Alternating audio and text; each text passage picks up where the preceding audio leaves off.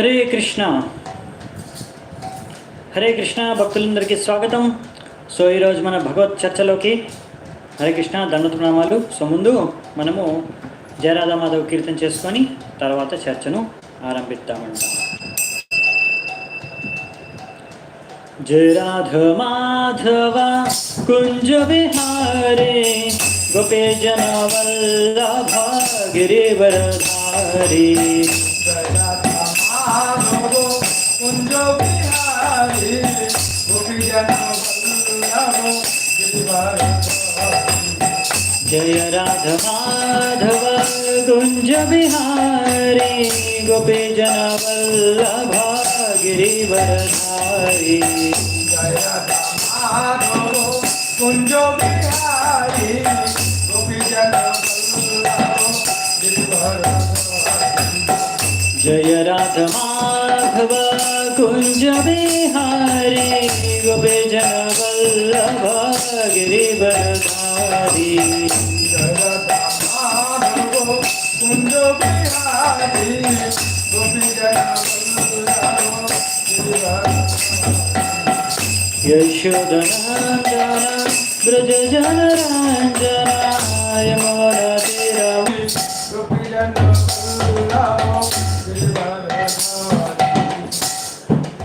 మాధవ కుంజ విహారే గోపీ జన వల్లభ గిరివరధారి. మాధవ కుంజ విహారే గోపీ జన జయ రాధ మాధవ కుంజ విహారీ గోపీ జన వల్లభ గిరివరధారి. జయ రాధ మాధవ కుంజ విహారీ గోపీ జన వల్లభ గిరివరధారి. హరే కృష్ణ కృష్ణ కృష్ణ హరే హరే హరే రామ హరే రామ రామ రామ హరే హరే. హరే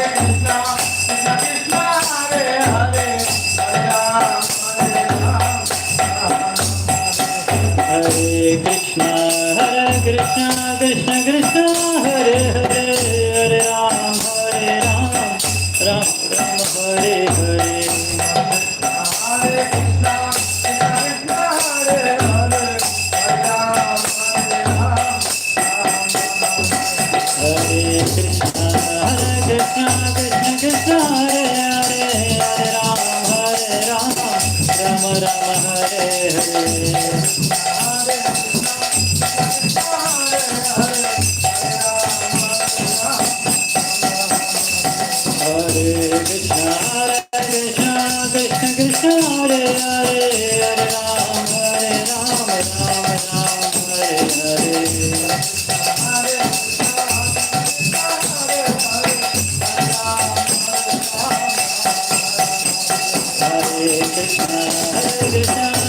కృష్ణ హరే హరే హరే రామ హరే రామ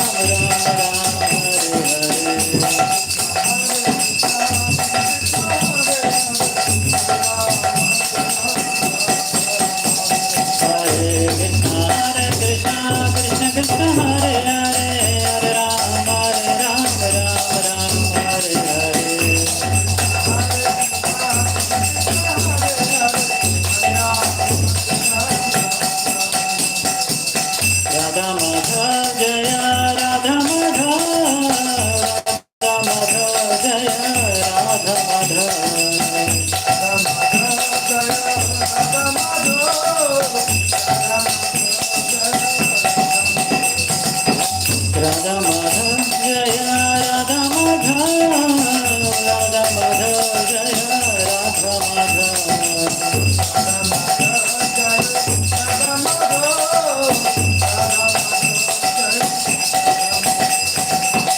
జగన్నాథ జయ జగన్నాథ బలదేవా జయ సుభద్ర.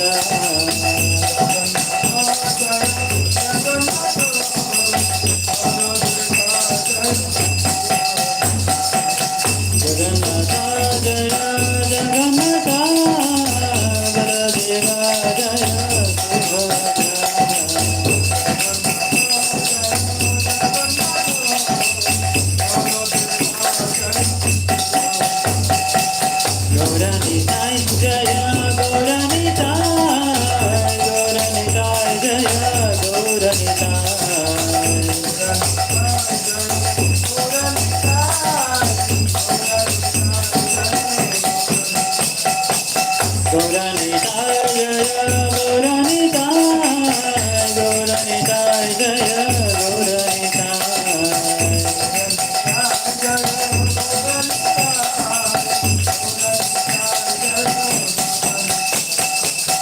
ప్రభుపదా జయ ప్రభుపదా ప్రభుపదా జయ ప్రభుపదా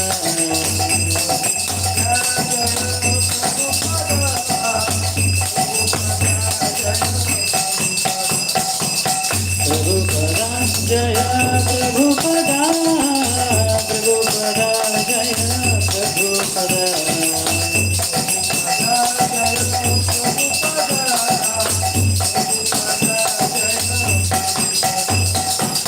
గురుదేవా జయ గురుదేవా గురుదేవా జయ గురుదేవా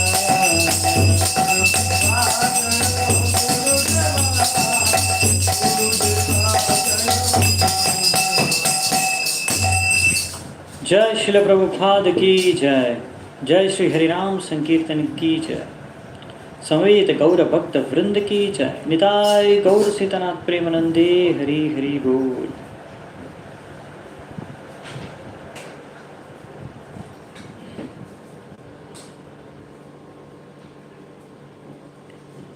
ओम अज्ञानतिमिरन्धस्य ज्ञानाञ्जनाशलाकया चक्षुरुन्मिलितं येन तस्मै श्रीगुरवे नमः।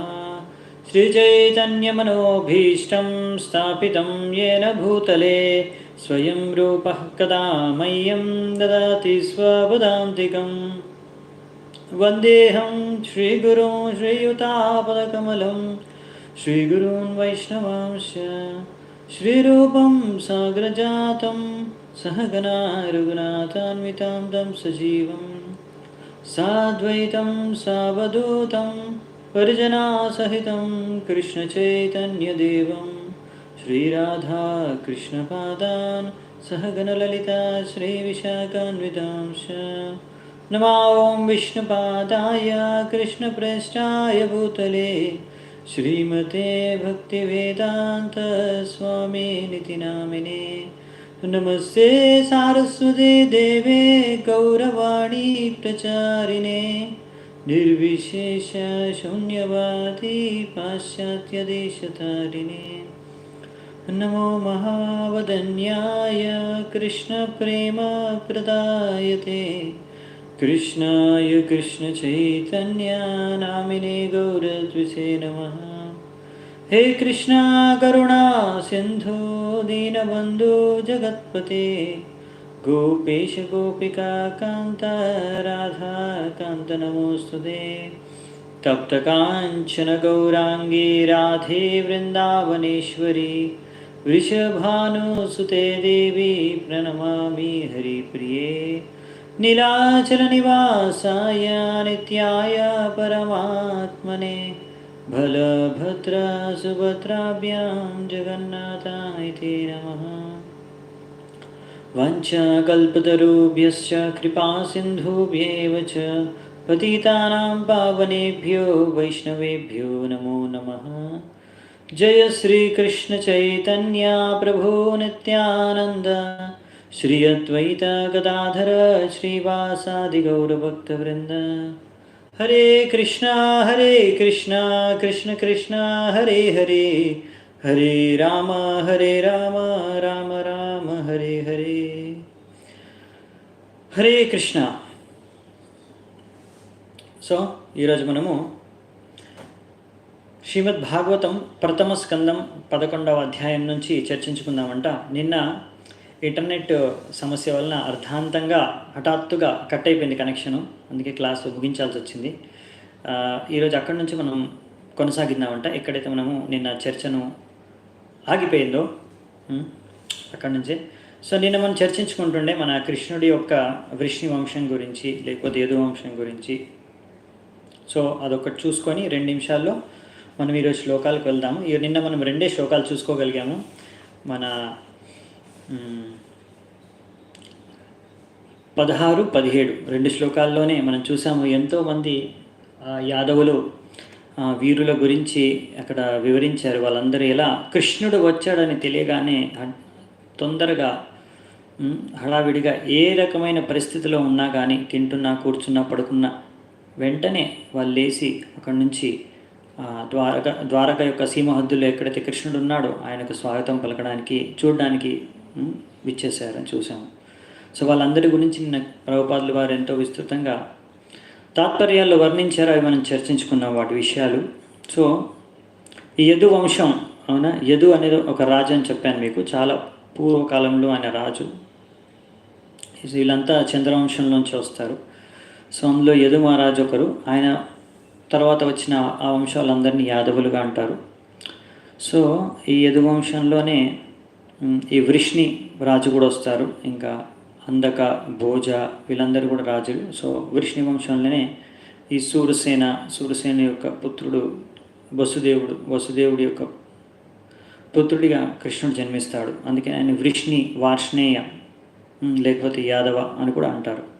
అలాగే అందక రాజు యొక్క వంశంలో కూడా ఈ దేవక రాజు వస్తాడు.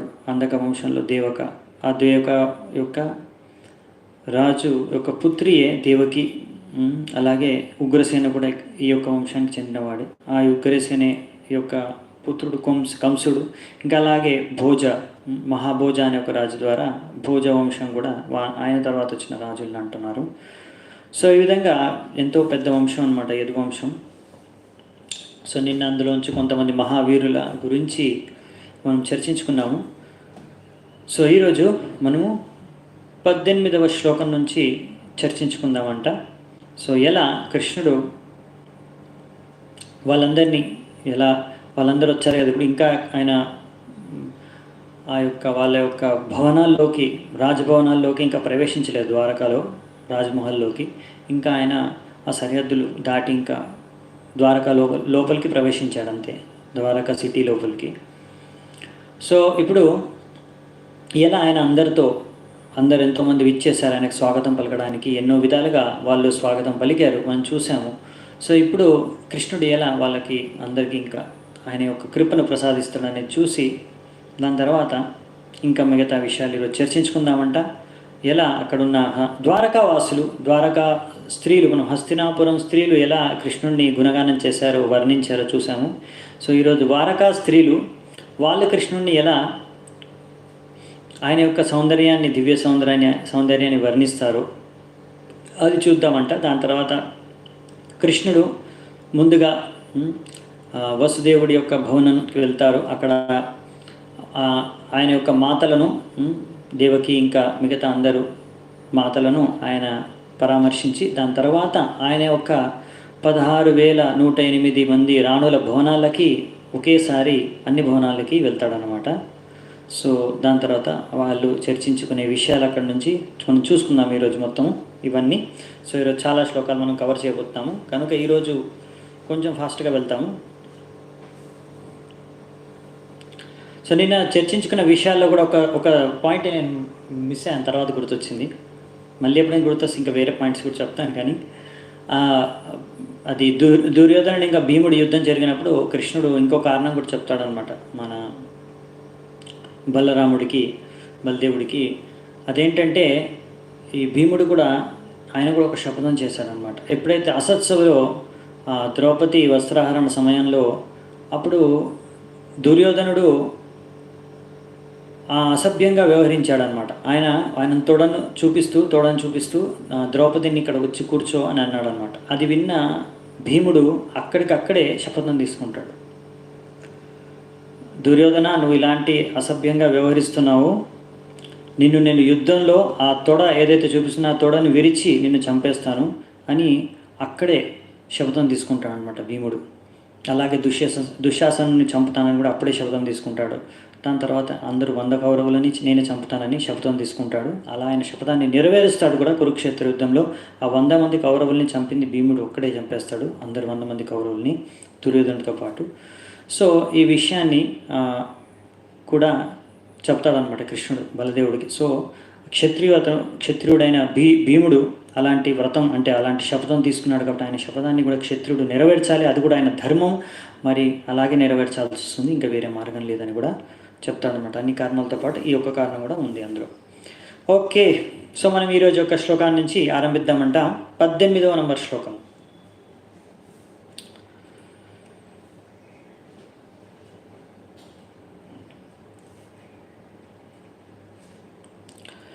వారే వారనేంద్రం పురస్కృత్య బ్రాహ్మణై ససుమంగళై శంఖతూర్యానినాదేన బ్రహ్మఘోషేణ చాదృతా ప్రత్యుజ్జాగ్మౌరతైర్హృష్టా ప్రణయాగత సాధ్వసా. సో ఇక్కడ ఏం చెప్తున్నారంటే, ఇంకా కృష్ణుడు అక్కడ వచ్చిన తర్వాత ద్వారకలో చాలామంది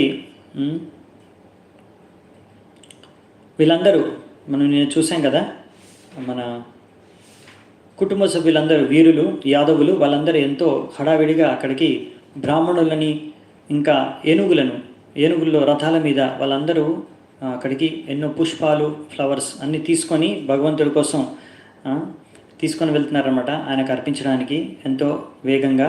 మరియు అలాగే ఆ సమయంలో శంఖాలు ఊదడం, ఇంకా మృదంగాలు వాయించడం, ఇంకా అన్ని వాయిద్యాలు వాయించడం, అలా అన్నీ ఇంకా ఎంతోమంది బ్రాహ్మణులు అక్కడ వేదమంత్రాల్ని పాటిస్తూ అక్కడికి వెళ్ళారు. ఇంకా అక్కడ ఒక దృశ్యం అంతా ఎంతో, ఆ వాతావరణం అంతా వీరి యొక్క ఆదరణ ఇంకా వారి యొక్క ఆప్యాయతను వ్యక్తం చేస్తూ ఎంతో మనోహరంగా ఉందన్నమాట ఒక్క వాతావరణ కృష్ణుడి దగ్గర. కృష్ణుడు వచ్చినప్పుడు అందరూ ఇప్పుడు కుటుంబ సభ్యులు ద్వారకాసులు అందరూ కృష్ణుడి దగ్గర ముందున్నారు. ఇప్పుడు ఆయనకు అన్ని రకాల ఆదరణ ఇంకా ఆప్యాయతను అందిస్తూ అన్ని విధాలుగా. అలాగే అక్కడికి వారముఖ్యాశ్చ శతశో యాణైస్తద్దర్శనోత్సుకాః లసత్కుండలా నిర్భాత కపోలా వదన శ్రియః. సో అక్కడ ఇంకా చాలామంది అక్కడికి అప్పుడు ఎంతోమంది వేశ్యలు కూడా అక్కడికి వాళ్ళని మంచిగా అలంకరణ చేసుకొని భగవంతుడిని ఆహ్వానించడానికి, ఇంకా భగవంతుడిని దర్శనం చేసుకోవడానికని ఎంతో ఆతురతో అక్కడికి కూడా పరిగెడుతూ వాళ్ళందరూ కూడా అక్కడికి వచ్చారంట. సో అంటే ఇక్కడ ప్రభుపాద ద్వారా రాస్తారు, మీరు అడగచ్చు, ఇలా ఈ విధంగా అడగచ్చు మీరు, అదేంటి అప్పుడు ద్వారకాలో కూడా వేశ్యలు ఉన్నారా, వాళ్ళు ఎందుకు ఉన్నారు అని. సో వాళ్ళు ఉన్నారు, ఇంకా వాళ్ళు భగవంతుడి యొక్క భక్తులు, అది కూడా ఇక్కడ మనకు అర్థమవుతుంది. సో ఇప్పుడు ద్వారకా కూడా ఒక సమాజం, సొసైటీ, సిటీ, సో రాజ్యం, అందులో అన్ని రకాల మనుషులు ఉంటారు, సాధారణ ప్రజలు. సో ఇక్కడ మనం చూస్తాం ఏంటంటే, ఇలా ఎవరైనా భక్తులు అవ్వచ్చు. మొదటి వాక్యం అంటే వైశ్య వృత్తిలో ఉన్నా కానీ అలాంటి స్త్రీలు వాళ్ళు కూడా భగవంతుడు భక్తి చేసుకోవచ్చు, భక్తులు అవ్వచ్చు. అంటే భక్తి మార్గంలోకి రావడానికి, భక్తి చేసుకోవడానికి ఎలాంటి ఆటంకులు లేవన్నమాట. ఎవరైనా భక్తిని చేసుకోవచ్చు, అందరికీ అర్హత ఉంది అనే విషయాన్ని మనం అర్థం చేసుకోవచ్చు ఇక్కడ నుంచి. ఇంకోటి ఏంటంటే, ఎలాగైతే ఎందుకు అక్కడ వేశ్యలు ఉన్నారు అనే విషయాన్ని ఇక్కడ ప్రభుపాదులు ఒక ఉదాహరణతో చెప్తున్నారు. ఒక్కొక్కసారి గవర్నమెంటు ఈ యొక్క మందు దుకాణాలు ఉంటాయి కదా, వైన్ షాప్స్, ఇది మందు తాగుతారు కదా జనాలు, అలా వైన్ షాప్స్ని ఓపెన్ చేస్తారు అక్కడక్కడ. ఎందుకు? అది మంచిది కాదు ప్రజలు తాగడం కూడా. కానీ కొంతమంది ఉంటారు సమాజంలో, వాళ్ళు మందు తాగకుండా బతకలేరు అనమాట, అంత బానిసత్వం ఉంది వాళ్ళకి మందు తాగడం మీద. ఇప్పుడంటే సమాజంలో చాలామంది తాగుతున్నారు, ఎందుకంటే చాలామంది వాళ్ళ యొక్క చెప్పుకున్నాం అప్పుడే దిగజారిపోయిన స్థాయిలో, మనుష్య స్థాయిలో శూద్రుల కన్నా నీచంగా దిగజారిపోయారు కనుక మీరు ఇప్పుడు ఎక్కువ మందిని చూస్తారు పెద్ద పెద్ద లైన్లు కట్టుకొని మందుల షాప్ అంటే వైన్ షాప్ ముందు పెద్ద లైన్ కట్టి మరీ క్యూలో నిలబడి మరీ మందు కొనుక్కుంటున్నారు. సో ఇలాగే ఇక్కడ ఎలాగైతే గవర్నమెంటు, ఎందుకంటే వీళ్ళకు ఒకవేళ మొత్తం అసలు ఒక్క దగ్గర కూడా గవర్నమెంట్ తరఫు నుంచి వైన్ షాపు లేకుండా వైన్ దొరకకపోతే వాళ్ళు ఏం చేస్తారంటే పక్క రాష్ట్రాల్లోంచి, పక్క దేశాల్లోంచి, ఇంకో దేశాల్లోంచి కూడా స్మగ్లింగ్ చేసి ఏదో ఒక రకంగా ఆ మందుని తెచ్చుకోవాలని ట్రై చేస్తారు. ఇంకా బానిసత్వం ఉంది కదా, అప్పుడు వాళ్ళ చేతన ఎలా అయిపోతుంటే ఎలాగైనా సరే అది ప్రాప్తించుకోవాలని వాళ్ళు ఎన్నో రకమైన అరాచకాలు చేయొచ్చు, సాధారణ ప్రజలను హింసించవచ్చు, కుటుంబవాసులను హింసించవచ్చు, లేకపోతే ఇంకెలాంటి అయినా స్మగ్లింగ్ చేయడానికి ఎలాంటి నియమాలైనా కానీ భంగపరచవచ్చు. సో అందుకనే ఇంకా వాళ్ళు ఎటువంటి అగత్యానికైనా పాల్పడవచ్చు. కాబట్టి అలాంటి వాళ్ళ కోసం అని కొంచెం అక్కడ కొన్ని మందు షాపులు తెరుస్తారనమాట కొన్ని నిబంధనలతో, ఇలాంటి వాళ్ళ కోసం. అలాగే కొంతమంది కూడా ఉంటారనమాట సమాజంలో, కొంతమంది వ్యక్తిత్వం ఎంత నీచంగా ఉంటుందంటే వాళ్ళకి ఇంకా వాళ్ళ ఒక జీవితంలో వాళ్ళ ఒక భార్యతో సంతృప్తికరంగా లేరు, వాళ్ళకు ఇంకా ఎంతోమంది స్త్రీలతో భోగించాలి, అలా సంఘం చేయాలని కామవాసంతో నిండి ఉంటారు కదా, అలాంటి వాళ్ళ వ్యక్తుల కోసమని ఇంకా వాళ్ళకి ఇలాంటి ఒక ఏరియా ఉంటుంది, ఒక ప్లేస్, అక్కడ వేశ్య స్త్రీలు ఉంటారు, వాళ్ళ దగ్గరికి వెళ్ళి వీళ్ళు వాళ్ళ యొక్క ఈ కామవాసాన్ని పూర్తి చేసుకోవచ్చు. లేకపోతే వాళ్ళు పతివ్రత స్త్రీలైన వేరే స్త్రీలను కూడా చెడిపేస్తారు అనేసి, అందుకనే సమాజంలో ఆ యొక్క శాంతి భద్రతను రక్షించడానికి ఇలాంటి వాళ్ళ కోసం ఇలాంటి వృత్తిలో ఉండే స్త్రీలు కూడా కొంతమంది ఉంటారు. వేశ్య వృత్తిలో చేయాలనుకునే స్త్రీలు కూడా వాళ్ళ కోసం అలా వ్యవస్థ ఉందన్నమాట. అలా మనం చూస్తాము. ఇంకా దానికి ఇంకో ఉదాహరణ కూడా ఇచ్చాడు ఇక్కడ మా ప్రభుపాదులు వారు. అది బిల్వమంగళ్ ఠాకూర్. బిల్వమంగళ్ ఠాకూర్ ఈయన ఒక ఆచార్య, విష్ణు స్వామి సాంప్రదాయంలో, ఇది కూడా 4 సాంప్రదాయాల్లో ఒక సాంప్రదాయం అన్నమాట. రుద్ర సాంప్రదాయంలో విష్ణు స్వామి వస్తారు. సో ఆయన కూడా బిల్వమంగళ్ ఠాకూర్ ముందు జీవితంలో, ఆయన ఇంత పెద్ద ఆచార్యులు కాకుండా ముందు ఆయన జీవితంలో, ఆయన గృహస్థ జీవితంలో ఉన్నప్పుడు ఆయన ఒక వేశ్య స్త్రీ, ఆమె పేరు చింతామణి, ఆమెకు ఎంతో ఆకర్షితులు అన్నమాట.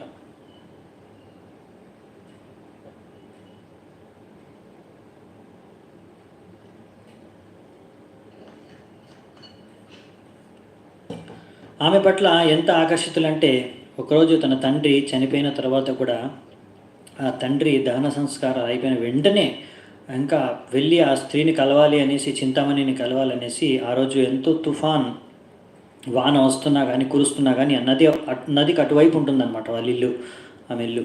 అయితే అయినా కానీ అలాంటి తుఫాన్ వాన వస్తున్నా కానీ ఆ నదిలో ఆ వానలో అలాగే అదే రోజు ఈదుకుంటూ, అది ఈదుకుంటూ అక్కడికి వెళ్ళి డోర్ కూడా బంద్ చేస్తుంది, ఎందుకంటే తుఫాన్ వస్తుంది కదా.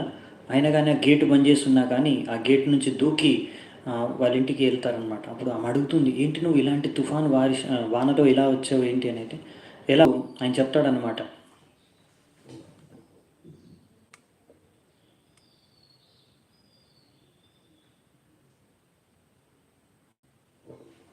ఓకే, కరెంట్ పోయింది, మనం కంటిన్యూ చేద్దామంట, నో ప్రాబ్లం. సో అప్పుడు ఆయన చెప్తాడనమాట, నేను ఎలా వచ్చానంటే ఇలా మా తండ్రి దహన సంస్కారం అయిపోయిన వెంటనే అక్కడ నుంచి దూకాను నీళ్ళల్లో. ఒక వుడ్, అది మన వుడ్ అంటే చెక్క, దాన్ని పట్టుకొని ఈదుకుంటూ వచ్చేసాను. తర్వాత చూశాను, అది ఇది వచ్చిన తర్వాత, ఒడ్డుకు వచ్చిన తర్వాత అది ఒక శవం అనేసి వదిలేశాను. తర్వాత ఇంకో మీ గేట్ దూకడానికి, మీది గేట్ బంద్ చేస్తుంది కదా, దానిపైన నుంచి దూకడానికి గోడ పైన నుంచి ఒక తాడు కోసం వెతుకుతుంటే ఒక తాడు దొరికింది, అది తాడు పట్టుకొని ఎక్కేసాను. కానీ తర్వాత చూసినది ఒక పాము, చనిపోయిన పాము, దాన్ని కూడా పడేసి నేను ఇప్పుడు వచ్చాను ఇలా. అప్పుడు అదంతా విని ఆమె అవాక్ అయిపోతుంది అన్నమాట, అంతా ఆశ్చర్యచరితం అయిపోతుంది. అంతే, అసలు నీకు ఎంత నా మీద, నా రూపం పట్ల ఇంత ఆకర్షణ ఉంది నీకు, నువ్వు ఇంతకు తెగించి, నీ ప్రాణాలకు తెగించి నన్ను కలవడానికి వచ్చావు, ఇంత ఆకర్షణ నీకు ఆ భగవంతుడి రూపం వైపు ఉంటే నువ్వు ఎప్పుడో ఎంతో మహాభక్తుడు అయిపోయేవాడివి అని చింతామణి అన్నదన్నమాట. సో అది విన్న బిల్వమంగళ్ ఠాకూర్, అంటే అప్పట్లో ఆయన పేరు గుర్తులేదు నాకు కానీ, సో ఆయన విని వెంటనే ఆయన ఒక ఇది ధ్యానంలోకి వచ్చిందనమాట. ఈమె నాకు ఒక గురువులాగా ఆదేశం ఇస్తుంది, నా గురువే ఈమె యొక్క ముఖం నుంచి ఈ యొక్క వాక్యాన్ని పలుకుతున్నాడు, కరెక్టే. ఆయన కూడా పూర్వజన్మంలో భక్తుడుతో ఆయనకు ఆ స్మరణ వచ్చి, అవును నేను భగవంతుడిని ఆశ్రయించాలి, భగవంతుడి దగ్గరికి వెళ్ళి నేను ఆయన రూపాన్ని దర్శించాలి, ఆయన సేవించుకోవాలి అని అప్పుడే అక్కడి నుంచి అక్కడే ఆయన బయలుదేరి బృందావనం వైపు వెళ్ళిపోతాడు, బృందావనానికి వెళ్తాడు. ఎంతో గొప్ప మహానుభక్తుడుగా ఆయన భగవంతుడికి ఎన్నో కీర్తనలు రాస్తాడు. తర్వాత చాలా మంచి మంచి స్తోత్రాలు ఉన్నాయి ఆయనవి. గోవింద దామోదర స్తోత్రం అని మన ఇస్కాన్లో కూడా చాలామంది బుద్ధిస్ట్ పాడతారు. సో ఈయన మహాభక్తుడే అన్నమాట. అంటే అలాంటి సమయంలో కూడా అలాంటి వైశ్యాలు ఉండేవాళ్ళు, అలాంటి వాళ్ళు కూడా భగవంతుడిని ఆరాధించేవాళ్ళు. సో ఒక ఉదాహరణ ఉంది. ఇంకా ఇలాంటి వాళ్ళకి ఆసక్తులు ఉన్న వాళ్ళు కూడా ఎంతో మహాభక్తులుగా మారొచ్చు. సో భక్తికి అంత శక్తి కూడా ఉందన్నమాట. సో ఎన్నో విషయాలు ఇలా నేర్చుకోవచ్చు మనం ఒక చరిత్ర నుంచి, భక్తుల యొక్క చరిత్ర మరియు భగవంతుడి యొక్క లీలల నుంచి. సో మనం ముందుకెళ్దామంట. నేను కొంచెం కరెంటు పోయింది కనుక డోర్ తెరిచి కంటిన్యూ చేస్తాను. కొంచెం లైట్ ఎక్కువ వస్తుంది.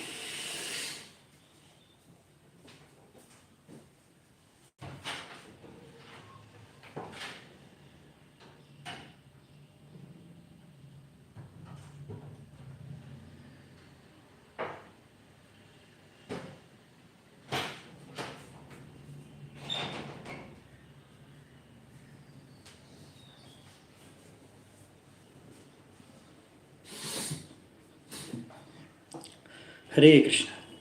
సో 20వ శ్లోకం చూద్దామంటే ఇప్పుడు. నట నర్తక గంధర్వా సూతమాఘదవందిన గాయంతి చోత్తమ శ్లోక చరితాన్యద్భుతాని చ.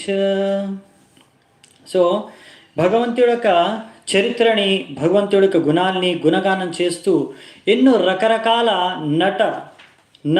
నర్తకులు, నటన చేసేవాళ్ళు, నటించేవాళ్ళు, ఆర్టిస్ట్స్. సో ఎంతోమంది ఆర్టిస్ట్, డ్యాన్సర్స్, ఇలాంటి వాళ్ళు, ఇంకా గాయకులు, గంధర్వుల్లా గానం చేసే గాయకులు, వీళ్ళందరూ వచ్చి వాళ్ళ యొక్క కళలను అక్కడ ప్రదర్శిస్తున్నారు. భగవంతుడి యొక్క గుణాలని, చరిత్రను గుణగానం చేస్తూ, అంటే నర్తకులు నాట్యం ద్వారా, అలాగే నటన చేసేవాళ్ళు నటించి డ్రామా చేసి, లేకపోతే ఇలా గాయకులు పాడుతూ, ఇంకా కొంతమంది అక్కడ వర్ణిస్తూ కృష్ణుడి యొక్క చరిత్రని వివిధ రకాలుగా వాళ్ళు భగవంతుడి యొక్క లీలల్ని గుణగానం చేస్తున్నారంట. సో వాళ్ళందరూ కూడా అక్కడ చేరుకున్నారు. అంటే అలాంటి వాతావరణం అక్కడ ఏర్పడిందో మీరు చూడొచ్చు అన్నమాట.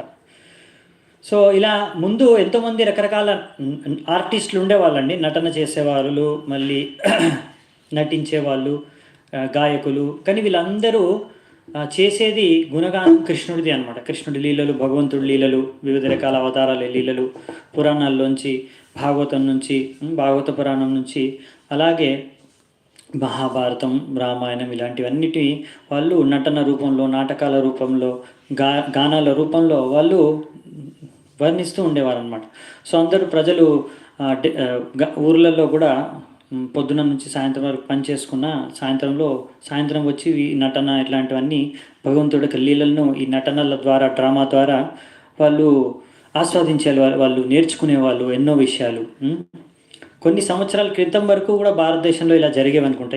ఇప్పుడు ఇంకా ఈ ఇంటర్నెట్ వచ్చిన తర్వాత, పిక్చర్లు, ఈ సినిమాలు ఎక్కువ అయిపోయిన తర్వాత వాళ్ళు అవి మర్చిపోయి ఇంకా పిచ్చి పిచ్చి విషయాలన్నీ నేర్చుకుంటున్నారు.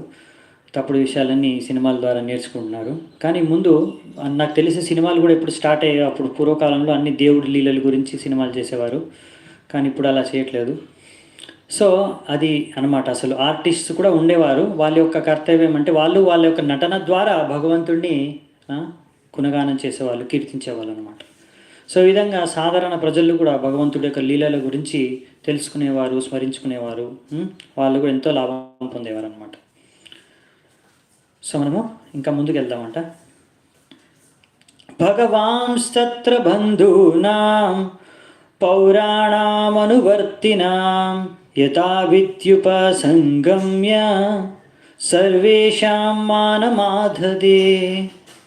సో ఇక్కడ ఏం చెప్తున్నారంటే, కృష్ణుడు వాళ్ళందరినీ ఎంతో బాగా ఆదరించాడంట, ఎంతో సమ్మానపూర్వకంగా వాళ్ళందరినీ, వాళ్ళు అక్కడ ఉన్న ప్రజలందరినీ, మరియు వాని యొక్క కుటుంబ సభ్యులని, మిత్రులని, ఆయన యొక్క పెద్దలని, అందరినీ ఎవరైతే అక్కడికి వచ్చారో ఆయన ఆహ్వానించడానికి, లేకపోతే స్వాగతం పలకడానికి, సో వాళ్ళందరికీ ఎంతో ఆదరపూర్వకంగా ఏ విధంగా వాళ్ళతో పరామర్శించాలో, ఏ విధంగా వాళ్ళకి ఆయన యొక్క ఆదరణను వ్యక్తం చేయాలో యథావిధి ఉపసంగమ్య, అదే విధంగా ఆయన చేశాడంట. ఎలా చేశాడనే విషయాన్ని కూడా మనకి ఇక్కడ 22వ శ్లోకంలో ఇచ్చారు. ప్రహ్వాభువాదనాశ్లేష కరస్పర్శ స్మితీక్షణైః ఆశ్వాస్య చాస్వపాకేభ్యో వరైశ్చాభిమతేర్విభుః. సో భగవంతుడు కూడా అలాగే అందరినీ ఎలా పరామర్శించాడంటే, కొంతమందికి ఆయన ప్రణామాలు చేశారంట. ఎవరైతే పెద్దవాళ్ళు ఆయన కన్నా వాళ్ళకి ప్రణామాలు చేశారంట. ఇంకా కొంతమందికి వాళ్ళు ఒక మధుర వాక్యాలు పలికారు, అలాగా కొంచెం మధుర వాక్యాలు వాళ్ళతో పలికారంట. గ్రీట్ చేశారు. కొంతమంది ఆలింగనం చేసుకొని వాళ్ళతో వాళ్ళ యొక్క ఆదరణని వ్యక్తపరిచారు, ఆప్యాయతను వ్యక్తపరిచారు. కొంతమంది చేతులు కలిపారంట, షేక్ హ్యాండ్ చేశారు. కొంతమంది జస్ట్ దృష్టితో సారించారు వాడి వైపు, కొంతమంది ప్రజల వైపు దృష్టి సారించారు, దృష్టి ద్వారా కృపా ప్రసాదం చేశారు. కొంతమందిని చూసి చిరునవ్వు నవ్వారు. అలా కొంతమందికి ఆశీర్వాదాలు ఇచ్చారు, కొంతమందికి వాళ్ళకి కొంచెం వరాలను ఇచ్చారు భగవంతుడు. ఇలా వివిధ రకాలుగా ప్రతి ఒక్క వర్గం చెందిన మనుషులు అక్కడ చూశారు కదా, ఆర్టిస్టు, డ్రామాలు, వేశ్యలతో సహా మొత్తం ఊరంతా, అంటే ఊరుగా సిటీ అంతా, ద్వారకా సిటీలో ఉన్న ప్రజలు, అన్ని రకాల ప్రజలు అక్కడికి వచ్చేసారు. అందుకనే అందరితో ఏ విధంగా పరామర్శించాలో, ఆప్యాయతను వ్యక్తం చేయాలో, వాళ్ళ ఆదరణని స్వీకరించి ఎలా వ్యక్తం చేయాలో అలా కృష్ణుడు దానికి తగ్గట్టుగా వ్యక్తం చేశాడని ఇక్కడ రాశారనమాట. సో అంటే ఇక్కడ నుంచి మనం నేర్చుకోవచ్చు, భగవంతుడు అందరికీ తన యొక్క కృపను, ఆదరణను, ఆయన యొక్క ఆప్యాయతని పంచుతాడనమాట. సో మనము ఇంకా మన ఇష్టం, మనం కృష్ణుడి యొక్క పంచిన కృపను, ఆ యొక్క ఆప్యాయతను మనం స్వీకరించాలనుకుంటున్నామా లేదా అనేది మన మీద ఆధారపడి ఉంటుందని ఇక్కడ ప్రభుపాదుల ద్వారా రాశారనమాట. సో 23వ శ్లోకం చూద్దామంట. కరెంట్ వచ్చేసింది, సో నేను క్లోజ్ చేసేస్తాను విండో.